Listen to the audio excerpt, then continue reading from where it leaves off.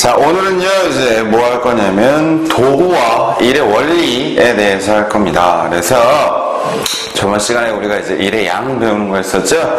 저 오늘은 도구와 일의 원리. 그래서, 우리가 첫 번째로 배우게 되는 도구가 뭐냐면요, 지뢰예요, 지뢰. 자, 그래서 첫 번째 이 지뢰의 구조를 보시게 되면요, 뭐 별거 없죠? 요래 갖고 받침대 하나 있고, 그죠? 자, 그래서 이때 뭐가 있냐면 지뢰의 3요소라는 게 있어요. 자, 이 지뢰의 3요소에는요 뭐가 있냐면 힘점, 그 다음에 받침점, 그 다음에 작용점, 요 세 가지가 있어요. 자, 이걸 그림에다 나타내 드리자면 뭐냐면 여기가 바로 힘점이 되는 거예요. 내가 힘 줘서 누르는데, 그 다음에 여기가 바로 뭐가 되는 거냐면 받침점이 되는 거예요. 받쳐지고 있죠? 그 다음 이제 여기가 바로 뭐가 되느냐, 작용점. 그러니까 내가 누른 힘이 가서 작용하는 지점. 그래서 이 세 가지를 지뢰의 3요소라고 불러요. 자, 근데 이때 이 지뢰에는요 세 가지 종류가 있어요. 근데 이 지뢰의 종류를 구분하는 기준이 뭐냐면 바로 이 힘점과 받침점, 그 다음에 작용점의 위치에 따라서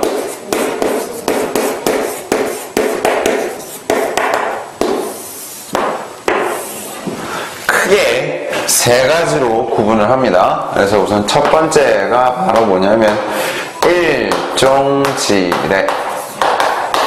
자, 이 일종지뢰는요 방금 선생님이 그려드린 거 같은 거예요. 그러니까 힘점하고 작용점 사이에 받침점이 들어있는 애를 일종지뢰라고 불러요. 그래서 이 일종지뢰는요 어디에 쓰이냐면 뭐 손톱깎이나 아니면 장도리, 다른 말로 못보비라고 불러요. 못을 뽑을 때 쓰는 거, 뭐 이런 것들이 있어요. 두 번째, 이종지뢰라는 게 있어요. 자, 이종지뢰는 뭐냐면 받침점하고 힘점 사이에 작용점이 있는 애가 바로 이종지뢰예요. 자, 그래서 이 이종지뢰는요, 예를 들면 뭐가 있냐면 작두. 여러분들 작두가 뭔지 알아요? 작두 무당이 타는 거 맞긴 한데요, 무당이 타라고 만든 건 아니고 사실 우리가 무언가 물체를 자를 때 쓰는 거예요. 그래서 작두가 어떻게 생겼냐면 이렇게 받침대가 있으면요, 이 받침대에 이런 식으로 칼날이 연결되어 있어요. 그래서 우리가 여기를 힘줘서 누르게 되면 여기서 이제 물체가 잘려 나가게 되죠. 여기가 이제 뭐가 되는 거냐면 받침점이 되는 거예요. 아니면요 병따개도 있어요. 자, 이 병따개 구조를 보시면요, 네모난 머리에 손잡이가 이렇게 연결되어 있고 한쪽에 이렇게 이빨같이 돋아나 있죠. 그래서 우리가 여기를 힘줘서 들어 올려요. 그러면 여기가 이빨처럼 돋아난 애가 뚜껑을 걸고 위로 들어 올려주죠. 그 다음 이 부분이 이제 어떻게 돼요? 뚜껑 중간에 받쳐지게 돼요. 그래서 뚜껑이 뻥 따올려지게 되는 거죠. 그 다음 세 번째 이제 뭐냐면 삼종지뢰. 자, 이 삼종지뢰는 뭐냐면요, 작용점하고 받침점 사이에 힘점이 들어가 있는 애를 바로 3종지례라고 불러요. 자, 예를 들면 어떤 거냐면 핀셋. 여러분들 핀셋 아시죠? 핀셋. 핀셋의 구조를 보시면요, 요런 식으로 생겼어요. 그죠? 그래서 우리가 가운데를 눌러줘요. 그러니까 여기가 뭐가 돼요? 힘점이 돼요. 그럼 이 힘이 어디 가서 작용하게 돼요? 여기에서 물체를 찝어 올리죠? 그럼 여기가 뭐가 되는 거예요? 받침점.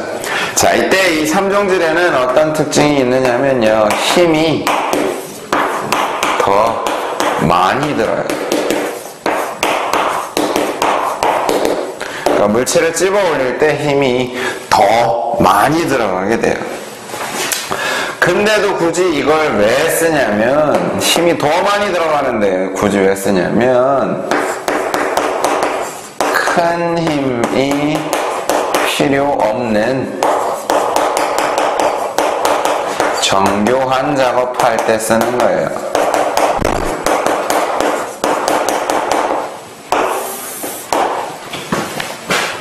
자, 그럼 이제 세 번째.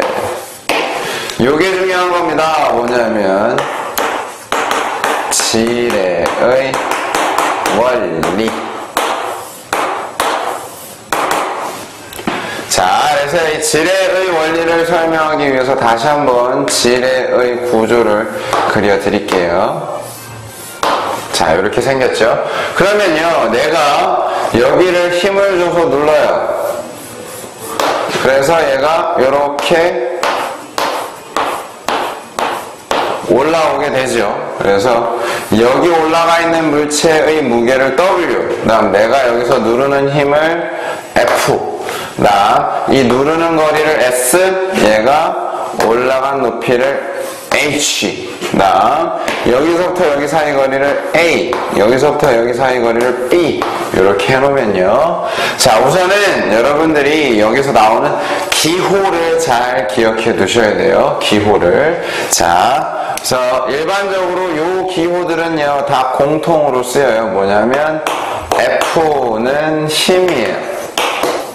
그 다음에 W는 물체의 무게고요. S는 누르는 거리예요.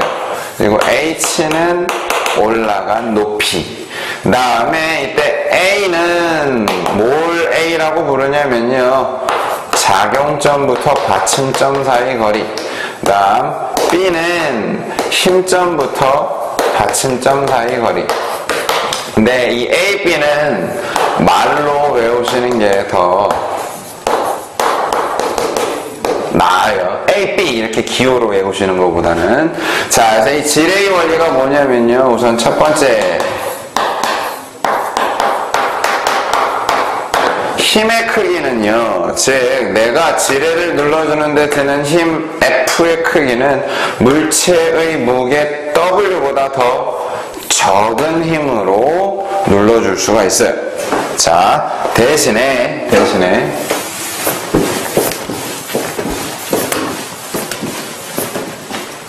두 번째, 누르는 거리는요, 내가 눌러주는 거리 S는 들어 올리고자 하는 높이 H보다 더 많이 눌러줘야 돼요. 자, 보시면 나는 이만큼을 눌러줬지만 요 끝에서 물체는 요만큼밖에 안 올라가죠. 그러니까 요만큼 올리기 위해서 나는 이만큼을 눌러줘야 돼요. 그러니까 더 많이 눌러줘야 돼요. 자, 그래서 세 번째, 요게 이제 중요한 겁니다. 뭐냐면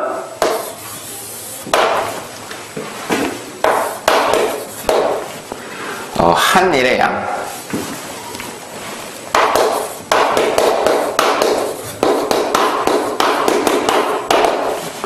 자, 우리가 앞에서 1 어떻게 구한다 그랬어요? 힘 곱하기 거리.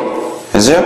근데 물체를 들어 올리는 경우에는 어떻게 구한다 그랬어요? 무게 곱하기 높이. 자, 그러면 어떤 특징이 있느냐? 내가 그냥 이 W인 무게의 물체를 H만큼 직접 들어 올리든, 이 지뢰를 써서요, F라는 힘으로 S만큼 눌러주든, 자, 지뢰를 쓰게 되면 힘은 적어져요.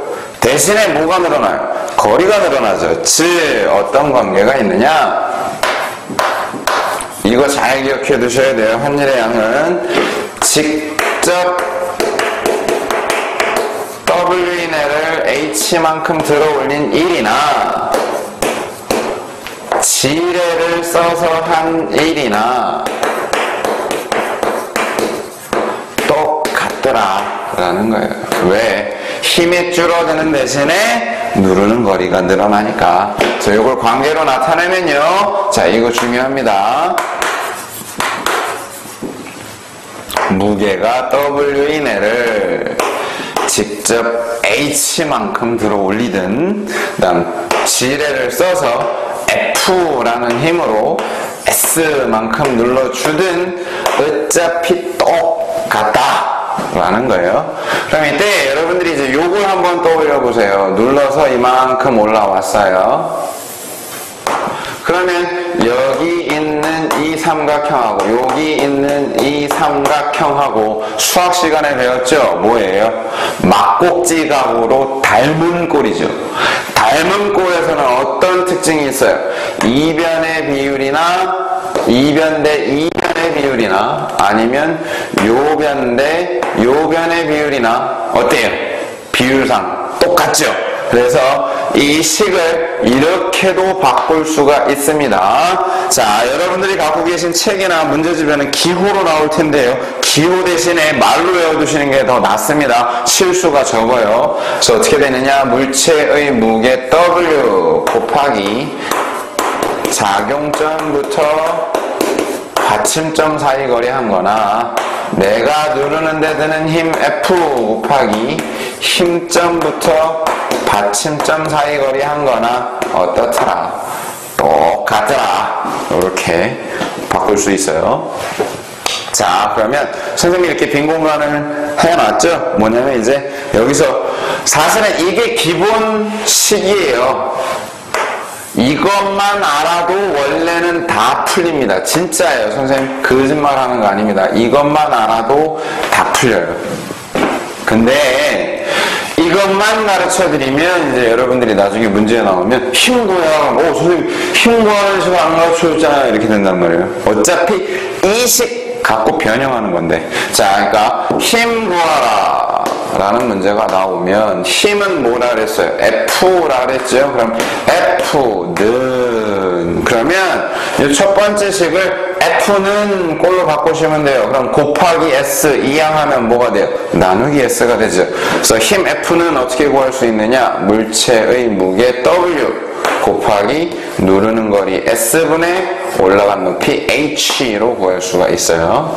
그 다음 두 번째 식을 이용하게 되면 F는 그러면 곱하기 힘점부터 받침점 요걸 이항시키면 되죠. 그래서 어떻게 구할 수 있느냐? 물체의 무게 W 곱하기 힘점부터 받침점 사이 거리 분의 작용점부터 받침점 사이 거리로 구하시면 돼요. 자, 얘는 기호로 써놓고선 얘는 말로 써드린 이유는 이제 이게 책마다 어디는 여기가 B가 되고 여기는 A가 되기도 해요. 그러니까 여러분들이 A, B로 외워두시게 되면 혼란이 일어요. 그래서 그냥 말로 외워두시는 게 더 나아요. 다음, 이 두 번째 식의 관계에 의해서요. 지뢰가 어떤 특징이 있느냐면, 자, 분모인 힘점부터 받침점 사이 거리가 길어지게 되면요. 얘가 커지면, 분모가 커지니까 나오는 수는 어떻게 돼요? 작아지죠. 그죠? 그래서 어떤 관계를 알 수가 있느냐? 아, 힘점부터 받침점 사이 거리가 작용점부터 받침점 사이 거리보다 길수록 힘이 적어지죠. 적게 들더라.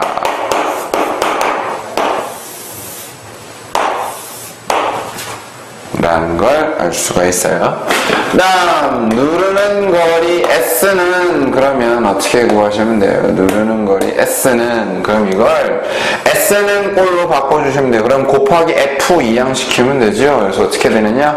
들어올리고자 하는 높이 H 곱하기 누르는 데 드는 힘 F분의 물체의 무게 W로 구하실 수가 있어요. 아니면 두 번째 식을 변형해 보면 뭐 가끔 작용점부터 받침점 사이 거리 구해라, 아니면 뭐 힘점부터 받침점 사이 거리 구해라 이런 문제가 나오는데, 뭐 힘점부터 받침점 사이 거리 구해라 그러면 어떻게 하시면 돼요? 요거 구해라 라는 거니까 이거 이항시키면 되죠. 그럼 어떻게 하면 되느냐?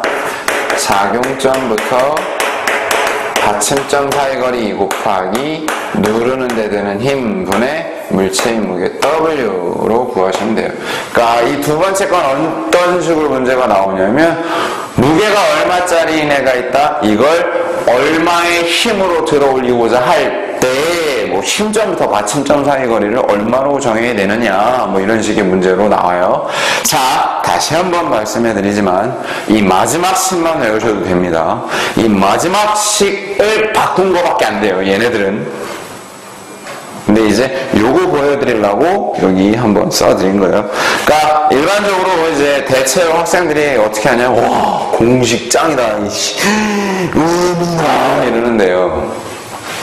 사실 이걸 외우시면 금방금방 풀 수 있어요. 외우시면. 근데 이걸로도 웬만한 거 다 풀려요. 그러니까 이것만 외우셔도 됩니다.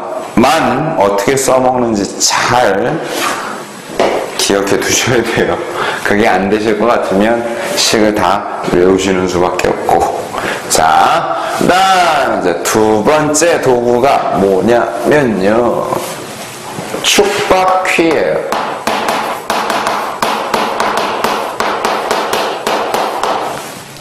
자, 이 축바퀴라는 건 어떤 도구냐면, 지름이 다른 두 바퀴를 붙여놓은 거예요. 이랬더니 이제 이건 뭔 처음 보는 건데요, 그죠? 처음 봐요, 처음 봤어요. 자, 근데 사실 우리가 많이 써먹는 거예요. 어디에 쓰냐면 문 손잡이. 네요, 문손잡이 이렇게 기다려갖고 누르는 거 말고 동그랗고 돌리는 거 있죠. 보시면 잡는 부분은 커요. 근데 목 부분은 어때요? 작죠. 그래서 지름이 다른 두 개가 붙어 있어요. 아니면 뭐 자동차 핸들. 핸들도 보시면요, 잡는 부분은 큰데 목 부분은 어때요? 작아요. 그죠? 그 다음에 또 다른 애가 누구 있냐면 드라이버. 드라이버도 손잡이는 두꺼워요. 근데 직접 나사에 연결되는 부분은 어때요? 얇죠. 자, 그래서 이 축바퀴는요, 구조가 어떻게 생겼냐면,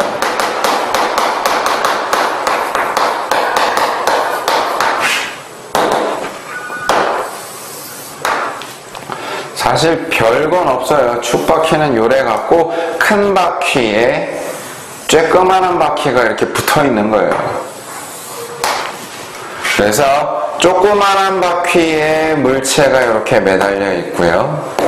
그 다음에 큰 바퀴에 실이 연결돼서 내가 여기를 잡아 당기게 되는 거예요. 그래서 이때도 똑같아요. 물체의 무게를 W, 그 다음 내가 당기는 데 드는 힘을 F, 그 다음 당기는 거리를 S, 이때 물체가 올라간 높이를 H라고 하면요, 이때도 기호는 공통이에요. 기호는 공통이에요. 뭐냐면 F는 힘, W는 무게, S는 당기는 거리, H는 올라간 높이. 그 다음 이때 또 알아두셔야 될 게 뭐냐면, 책마다 이제 표현이 다른데요. 그래서 요걸 A, 이걸 B. 즉 이때 A는 작은 바퀴 반지름이 되고요.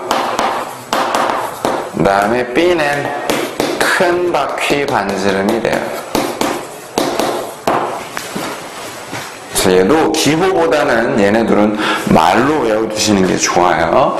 자, 그래서 두 번째, 이 축바퀴의 원리를 보시면요.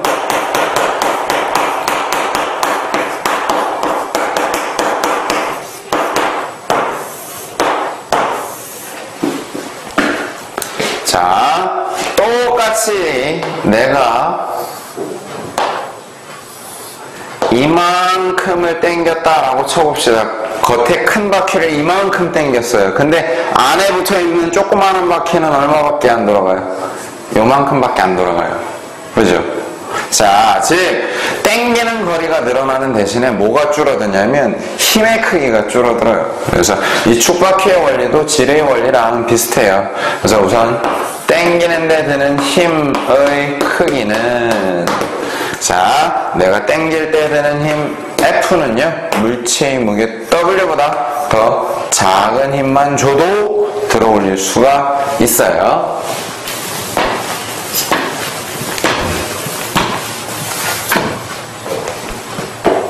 자, 다음 이제 두 번째 보시면, 대신 당기는 거리는 내가 이만큼을 당겨줬는데 안에 쬐끄마한 바퀴는 요만큼밖에 안 돌아가죠.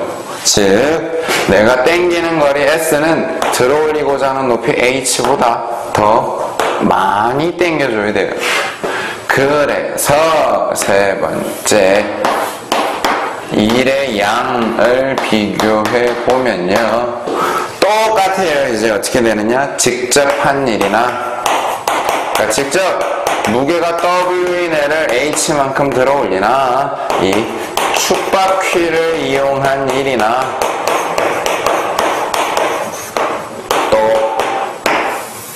똑같더라. 그래서 얘도 사실 기본은 이겁니다. 이건 필수예요. 딴 건 몰라도 이건 외워두셔야 돼요.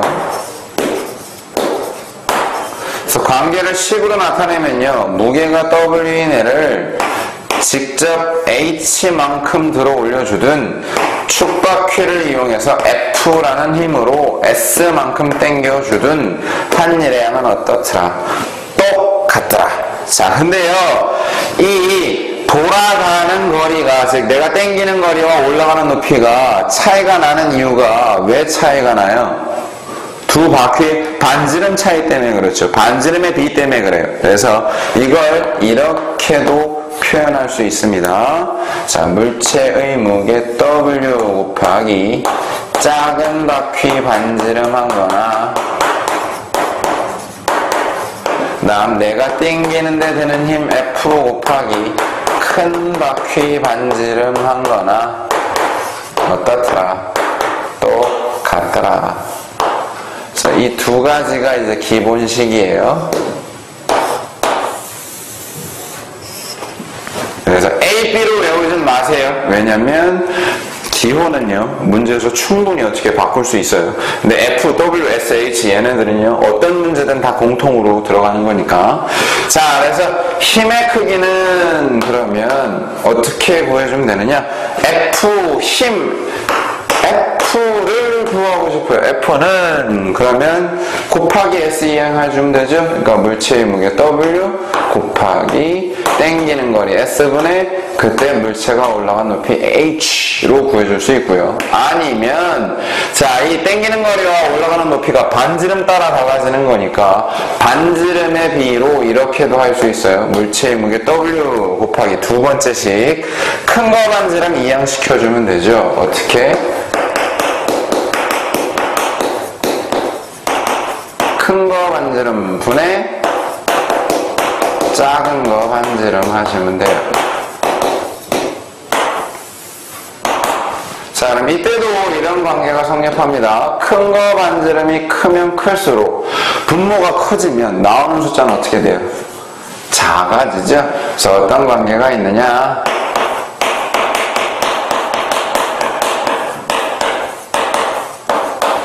큰 반지름이 작은 반지름보다 길수록 힘이 적게 들더라.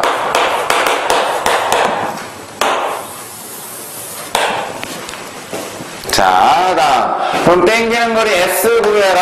그러면 어떻게 구하시면 돼요? 땡기는 거리 S는, 자, 여기서 이제 S는 꼴로 바꾸시면 돼요. 그럼 곱하기 F 2형 시켜버리면 되죠.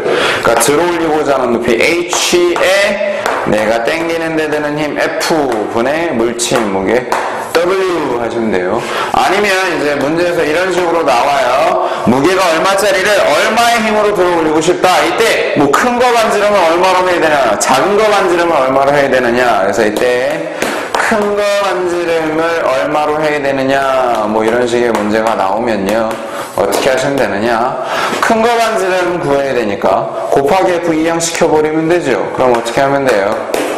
작은 거 반지름에다가 곱하기 땡기는 데 드는 힘 F분의 물체의 무게 W로 구하시면 됩니다. 그래서 축바퀴도 사실 질의 원리와 똑같아요. 그래서 여러분들이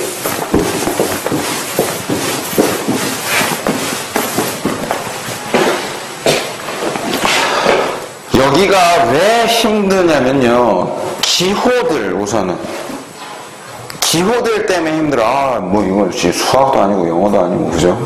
그 다음에 공식이 너무 많아요. 지뢰에서도 벌써 공식만 몇 개 나왔고, 축박해서도 벌써 공식만 몇 개 나왔고, 이랬더니 막 보기도 짜증나 하시는데, 자, 다시 한번 말씀드리지만 맨 마지막 요 식만이라도 외워두세요. 이 식만이라도 외워주세요. 이 식만이라도 제발 외워두세요. 나중에 이제 어떻게 써먹는지 다 여러분들이 아시게 될 겁니다. 그래서 요거 아니면 이제 달달 식을 다 외우시는 수밖에 없어요. 진짜.